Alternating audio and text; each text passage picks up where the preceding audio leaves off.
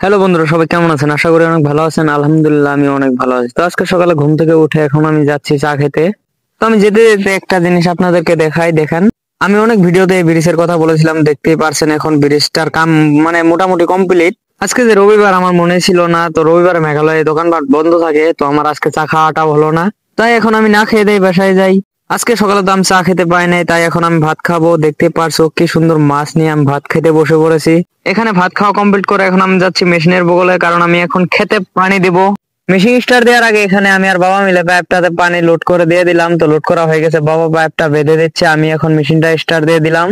তো বন্ধুরা দেখতে পারছো এখানে আমি আর বাবা মিলে খেতে পানি দিচ্ছি। তো এটা পানি দেওয়া কমপ্লিট করে এখন আমরা আরেকটা ডবলাতে পানি দিব। চলো এখন আমরা এই ডবলাতে পানি দিব। দেখতেই পারছো পানি দিচ্ছি।